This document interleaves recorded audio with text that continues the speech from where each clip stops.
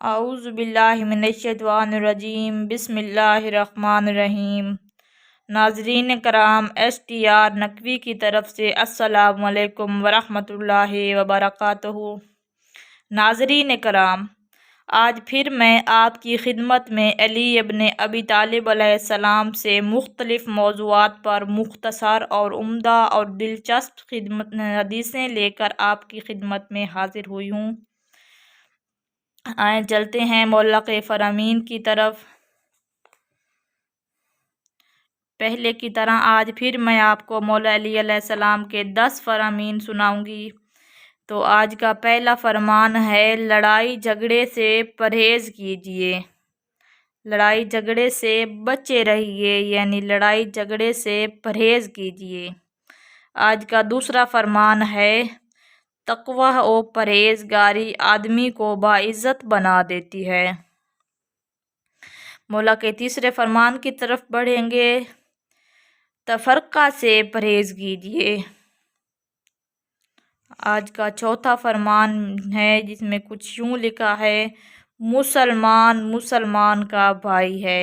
بے شک اس پر تو ہم سب بھی یقین رکھتے ہیں، مسلمان مسلمان کا بھائی ہے۔ آج کی 5ویں حدیث میں میرے مولا ارشاد فرما رہے ہیں، اثار و درگزر کرنا نیک لوگوں کی عادت ہے۔ بے شک آج کی 6ٹھی حدیث کی طرف بڑھتے ہیں، جس میں لکھا ہے، قرآن مجید کو اچھی آواز میں پڑھیے۔ مولا کا 7واں فرمان پڑھیں، قیامت کے لیے جواب آمادہ رکھیے، قیامت کے لیے جواب آمادہ رکھیے۔